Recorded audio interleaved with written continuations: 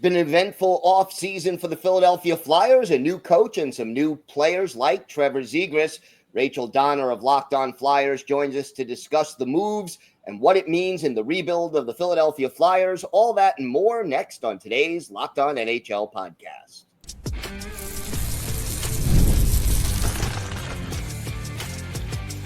You're Locked On NHL, your daily podcast on the National Hockey League. Part of the Locked On Podcast Network, your team every day. Gil Martin here. Welcome, everybody, to the Monday edition of the Locked On NHL Podcast, part of the Locked On Podcast Network, your team every day. I want to thank everyone who makes Locked On NHL your first listen every day. Don't forget to subscribe on YouTube or wherever you listen to podcasts so you never miss an episode. This episode is brought to you by Monarch Money. Take control of your finances with Monarch Money. Use code LOCKEDONNHL at monarchmoney.com for 50% off your first year. It is great to welcome my usual Friday co-host here on Locked On NHL, the co-host of Locked On Flyers, Rachel Donner. And Rachel, it's been an interesting offseason to say the least in Philly. Let's start with the coaching change. Your thoughts on an old Flyer coming back to coach the team?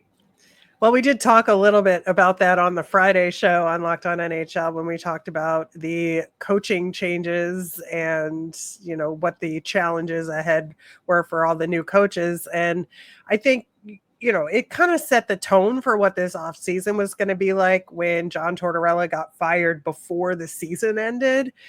And the inkling was there that Rick Tocchet was a top candidate for the role, but he just had to make a decision about the Vancouver situation. Lo and behold, he decided to end things there, and Danny Briere hired him. And I think it's a good move for the Flyers. At least, you don't want the pendulum to swing too far in the other direction, right? From one coaching style to the next, because that's sometimes more of a difficult transition on your players. But I think Rick Tocchet is kind of the right kind of transition. Now, Rick Tocchet has pretty simple systems, right, that are aggressive. There's a lot of forechecking. It's a lot of use your body and your stick to be hard to play against defensively.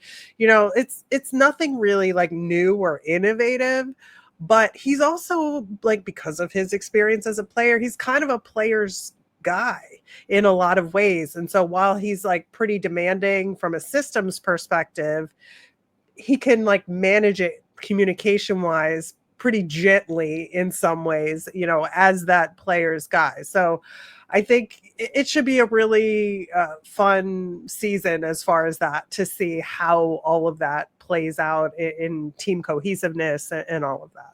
Is there one player in particular who you think could benefit most from this new style?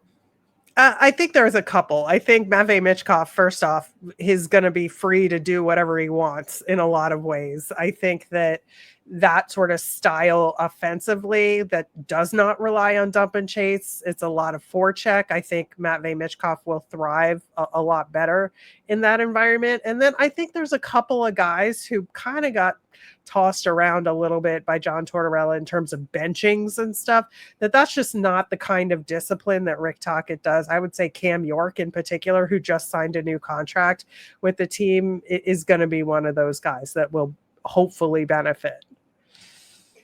The biggest offseason addition, acquiring Trevor Zegras in a deal with the Anaheim Ducks. How important is it for Zegras to be productive, and where do you see him fitting into this lineup? Well, I don't think that there's a doubt that Zegras will be productive. I think, he's had this sort of air of they're going to trade him for so long now that I think he's just relieved all of that's over and he can sort of play a little bit more freely. Now, also, he's in a contract year, so that will affect his production, of course, as it usually does. But I do think the biggest question there is, can he play center for the Flyers or not? I think they're banking on him being a center, at least for a good portion of the time. And given the Flyers' kind of weakness down the middle at the moment, kind of waiting for Jet Luchenko to be ready.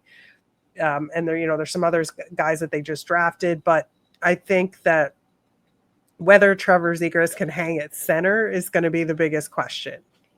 And then obviously, speaking of his history, staying healthy. Well, yes, that too, of course. Here we are. We're entering the quiet part of the offseason right now. Most teams, their training camp roster is more or less set. What do you see as the biggest needs that the Flyers have as they continue this rebuild? Well, I think that, there's been a lot of emphasis on finding a 1C for this team, and I don't know that we have that yet based on all of this, like the Zegras question. They also signed Christian Dvorak this offseason as a depth center, who I think will be hugely important in filling that role, but there still kind of isn't a 1C that we know of yet. Could Jet Luchenko become that? Sure. But we don't know. We just don't know. And I think, the other question for me, at near the top of the list is goaltending. So they have Sam Ersson, right? And then they have Ivan Fedotov under contract. Alexei Kolosov is still under contract on an NHL contract at the moment. And, our best guess is that Fedotov will stay on the NHL roster and Kolosov will get sent down to the minors, and he may decide to go back to Russia at that point, but we just don't know, right? But they did sign Dan Vladar, and so it seems pretty clear at this point that they're going to carry 3 goaltenders, which is, something, again, we talked about on Locked On NHL Friday show. Like, our team's going to just start carrying 3 goaltenders, and for this year, it looks like that's what the Flyers are going to do. But with Rick Tocchet in the mix now, we just don't know what the division of labor is going to be. First off, Sam Ersson has to stay healthy. But as of what we know right now, Sam Ersson is the number one with Dan Vladar as the backup, and Fedotov is there. But, things could change depending on, again, health and who's playing well and all of that. I would say, thirdly, the Flyers' blue line kind of has to play above their weight in a lot of ways. I think, Travis Sanheim is a very good defenseman in the NHL, and I think he proved himself pretty handily in the Four Nations. That I think, he wasn't really expected to make the cut in terms of getting playing time, but because of injuries, he did. And I think he stepped up and played really well. He's still not an elite defenseman, I would say, in this league. I think he's very, very good, but he's just not like top tier. And do the Flyers need a top flight defenseman to win a Stanley Cup? Probably. So I think that's kind of in the back of our minds as well. What are the realistic expectations this year for the Flyers, and how much pressure is there on the coaching staff as they come in for their first season?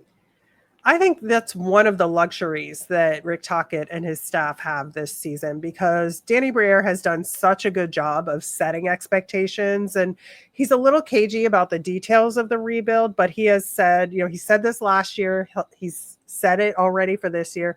We don't expect a huge step forward this year. It could happen if everything falls into place, but if it doesn't, we're not worried, because this year was about getting Rick Tocchet and his systems implemented, right? And then it's about making sure that we have the right center to play with Matvei Michkov, and that Matvei Michkov has a successful sophomore season. And then it'll be figuring out where the goaltending is. With that being such a huge question, I'm thinking the Flyers get 3 to 5 more wins than they did last year, but that's the max, I would say. All right. So it looks like the rebuild will continue in Philadelphia. Rachel, why don't you tell our viewers and our listeners where they could find the podcast and where they could find you and your co-host on social media? Sure. We are at Locked On Flyers on all your basic social media sites there. That we are Locked On Flyers on YouTube or wherever you get your podcasts. I am at our Miriam on Blue Sky. My co-host Russ Cohen is at Sportsology, pretty much anywhere as well. All right, Rachel, thank you so much. I'll see you Friday. Yep. Today's episode is brought to you by Monarch Money. Ever wish managing your money felt easier? With Monarch Money, it can. Whether you're growing your savings or planning a big purchase, Monarch puts you in the driver's seat. It's like having your own personal CFO, giving you full visibility and control over your finances. Monarch Money is more than a budgeting app. It's a complete financial command center. You could track all your accounts, investments, and spending in one place. So in addition to managing your money, you're also building wealth. And one thing I love, if you are sharing an account with a significant other or another person, Monarch Money helps put everything in one place and makes it so easy to track all of your finances. So take control of your finances with Monarch Money. Use code LOCKEDONNHL at monarchmoney.com for 50% off your first year. That's monarchmoney.com, code LOCKEDONNHL for half off your first year.